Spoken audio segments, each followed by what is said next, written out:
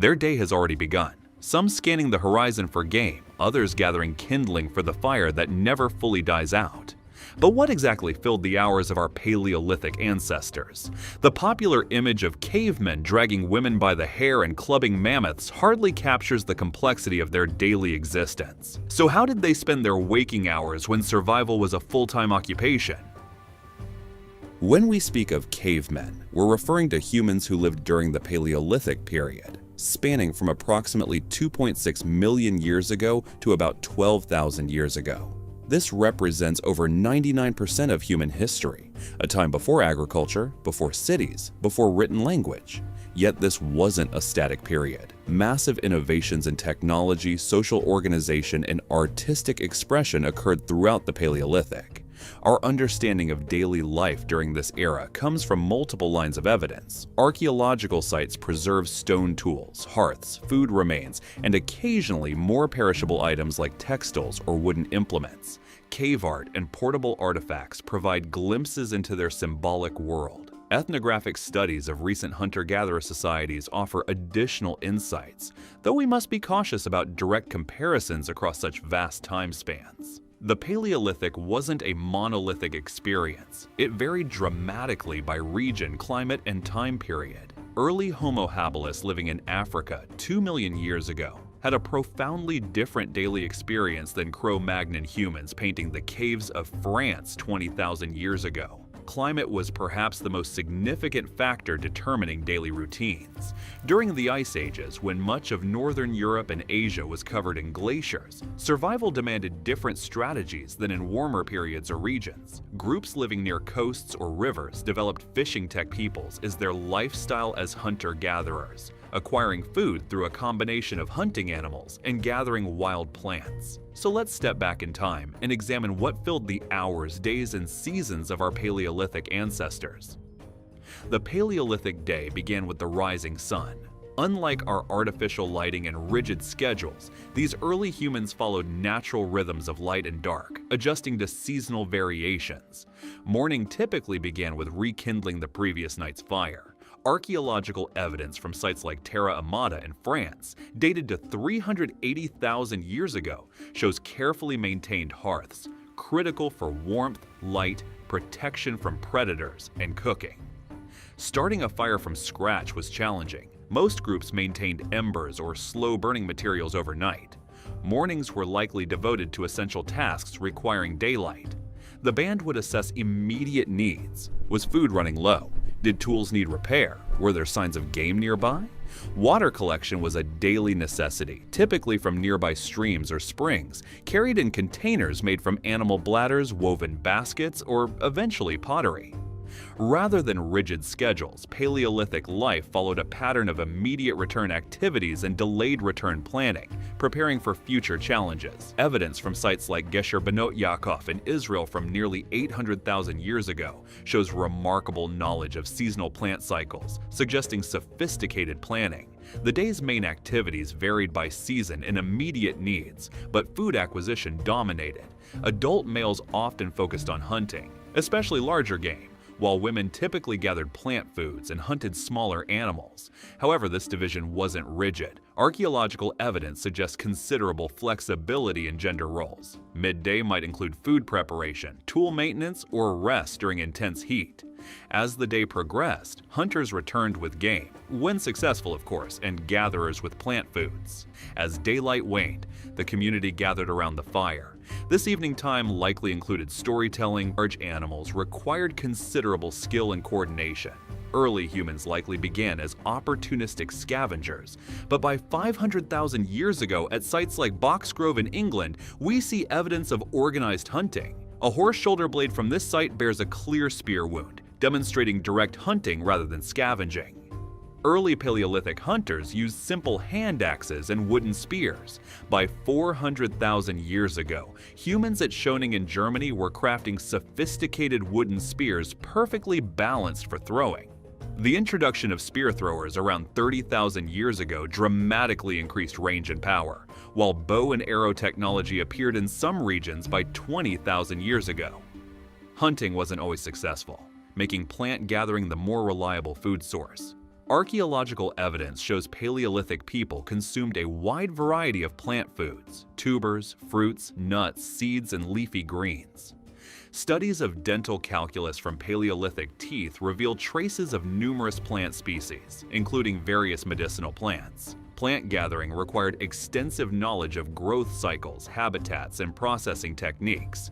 This knowledge was likely passed down through generations, creating sophisticated ecological understanding. The Paleolithic site at Coster in Illinois, dated to approximately 9,000 years ago, shows evidence of fishing using nets and hooks crafted from bone. Seasonal variation dictated rhythms of food acquisition. Spring might focus on gathering eggs and fresh greens, summer on berries and hunting young animals, autumn on nuts and preparing for winter, while winter often relied more heavily on stored foods and hunting. Food storage technologies were limited but crucial. Some groups dried meat to create early forms of jerky. Underground storage pits preserved certain foods in cooler temperatures. In colder regions, freezing provided natural preservation. The Paleolithic diet was remarkably diverse, much more so than early agricultural diets that followed. Analysis of bones from Paleolithic humans shows generally good nutrition with fewer deficiencies than their agricultural descendants. One crucial innovation was cooking. While the exact timing is debated, control of fire for cooking dates to at least 400,000 years ago, with some evidence suggesting much earlier origins. Cooking made many foods more digestible, releasing more calories and neutralizing natural toxins in some plants. Paleolithic humans spent considerable time manufacturing and maintaining tools. Tool making wasn't occasional but constant. Stone tools dulled with use and required regular resharpening or replacement. A skilled knapper could produce a functional cutting edge in minutes, but more complex tools required hours of careful work. The evolution of stone tool technology reveals increasing sophistication. The earliest Oldowan tools were simple stone cobbles with flakes removed to create a crude cutting edge. By 1.76 million years ago, Acheulean hand axes demonstrate careful bifacial flaking and symmetrical design. The Middle Paleolithic introduced levallois technique, allowing more control over the size and shape of stone flakes. The Upper Paleolithic, beginning around 50,000 to 40,000 years ago, saw an explosion of specialized tools: burins for engraving, scrapers for hide preparation, awls for puncturing, and projectile points for hunting. These weren't made by trial and error, but reflected sophisticated understanding of stone mechanics and intended functions. Tool materials extended beyond stone. Wood was undoubtedly the most common material, though it rarely preserves in archaeological sites. Remarkable exceptions include wooden spears and a yew-wood spear tip from Clacton-on-Sea. These show careful shaping, with the wood's natural properties considered in the design. Bone, antler, and ivory became increasingly important in the Upper Paleolithic. These materials could be carved into fish hooks, needles, harpoons, and decorative items. Antler was particularly valued for its combination of strength and flexibility. Food processing tools included grinding stones for seeds, pounding tools for tough plant foods, and specialized cutting implements for butchery. Experiments show that stone tools could efficiently butcher even large animals like elephants, though the process was time-consuming. Containers were essential technology. Early humans likely used natural containers like gourds, shells, or animal bladders. By the Upper Paleolithic, evidence suggests the use of woven baskets and sewn hide bags. The earliest pottery appears by around 20,000 years ago in China. Clothing technology evolved with climatic challenges. During colder periods, hide preparation was essential. Stone scrapers removed fat and tissue from hides, while bone awls and needles allowed for sewing. Where did Paleolithic humans actually live? Despite the caveman stereotype, caves were just one housing option among many. Natural shelters like caves and rock overhangs were indeed used when available, especially in regions with harsh weather. Famous cave sites like Lascaux or Altamira preserve evidence of extensive occupation. However, caves suitable for habitation were relatively rare, and evidence suggests they were often used seasonally rather than year-round. The archaeological record reveals various constructed shelters. At Terra Amata in France, archaeologists found traces of oval huts approximately 8 to 15 meters long, supported by wooden posts. At Mezhirich in Ukraine, 15,000 years ago, Mammoth bones were arranged in circular patterns to create dwelling foundations, likely covered with hides. Inside these shelters, space was organized for different activities. Hearths typically formed the central focus, with evidence of sleeping areas, tool-making spaces, and food processing zones arranged around them. Home maintenance required ongoing work. Fire needed constant attention, shelters required repair after weather damage, and living areas needed periodic cleaning. At some sites, archaeologists have identified distinct dumping areas where refuse was deposited away from living spaces. Child rearing was integrated into daily life. Unlike modern society's age segregation, Paleolithic children likely observed and participated in adult activities from an early age. Personal hygiene is harder to trace archaeologically, but ethnographic studies of hunter-gatherers suggest regular practices, including dental cleaning with fibrous plants and bathing in available water sources. Home life also included care for ill or injured individuals. Several Paleolithic skeletons show evidence of healed serious injuries or long-term disabilities, indicating community support for those unable to contribute fully to subsistence activities. Contrary to popular portrayals of primitive existence, Paleolithic social life was rich and complex. The basic social unit was the band, typically 20 to 30 individuals consisting of several related families. These bands weren't isolated. Archaeological evidence shows regular interaction between groups. Exotic materials found far from their sources indicate trade networks spanning hundreds of miles. Social bonds were maintained through various activities. Sharing food was fundamental, creating reciprocal obligations. Evidence from sites like Dolny Vestanich 29,000 years ago shows large hearths capable of cooking enough food for substantial gatherings, suggesting communal feasting events. Art played a crucial role in Paleolithic social life. The earliest definitively human art includes ochre processing at Blombos Cave in South Africa almost 100,000 years ago. By the Upper Paleolithic, we see spectacular cave paintings, portable figurines, and musical instruments.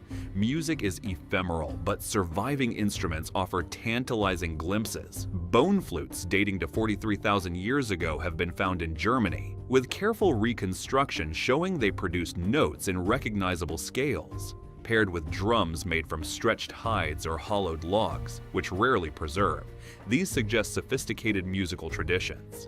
Evidence for medicine and healing practices comes from plant residues with medicinal properties found in dental calculus. Some shamanic practices may be reflected in therianthropic, a human-animal hybrid images in cave art, possibly depicting transformed states of consciousness. Conflict existed but wasn't constant. While some Paleolithic skeletons show violence-related injuries, they're relatively rare compared to later periods.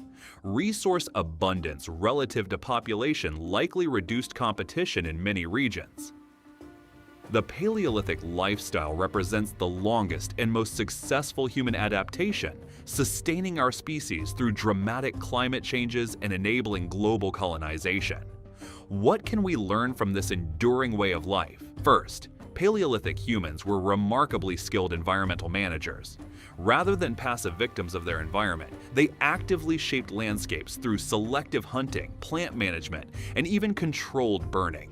Archaeological evidence from Australia shows Aboriginal fire management dating back 65,000 years, creating mosaic landscapes that enhanced biodiversity. Second, Paleolithic lifeways demanded extraordinary knowledge breadth. Each individual needed working understanding of hundreds of plant and animal species, geological resources, weather patterns, tool manufacture, and social dynamics. This generalist knowledge contrasts sharply with our modern specialization. Third, their technologies were sophisticated adaptations to environmental challenges. While simple in appearance compared to modern equivalents, Paleolithic tools represented elegant solutions developed through generations of refinement. The principles behind many modern tools were established during this period. Perhaps most significantly, the Paleolithic period saw the emergence of symbolic expression, abstract thinking, and cultural complexity that defines humanity. The Paleolithic wasn't a primitive prelude to civilization, but a highly successful and sustainable adaptation. For over 99% of human history, this lifestyle maintained population balance with resources and supported rich cultural traditions, achievements worth considering as we face our own environmental challenges. So what did cavemen do all day? They engaged in a complex balance of immediate needs and long-term planning.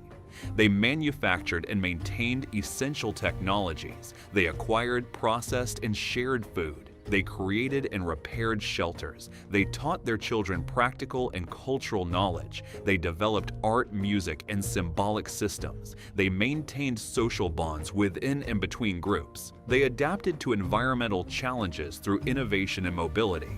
When we look at the archaeological record with fresh eyes, we see not primitive ancestors but innovative humans facing environmental challenges with creativity and resilience. Their solutions, from sophisticated hunting technologies to symbolic art, laid the foundations for all subsequent human achievements. The next time you imagine a caveman, consider not a fur-clad brute but a skilled technologist, a knowledgeable botanist, an innovative artist, and a cooperative community member, all rolled into one remarkably adaptable human, not so different from ourselves.